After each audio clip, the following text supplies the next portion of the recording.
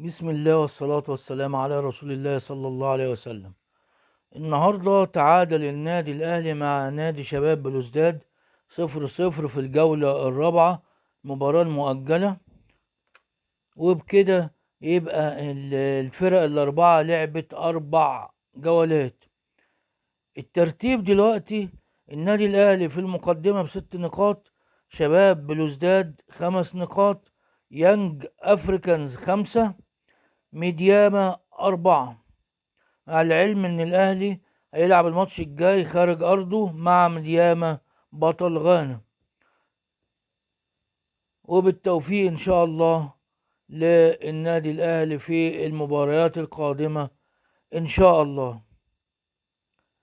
كان التشكيل مكون من مصطفى شوبير، محمد هاني ناحية اليمين، محمد عبد المنعم، ياسر ريان، علي معلول.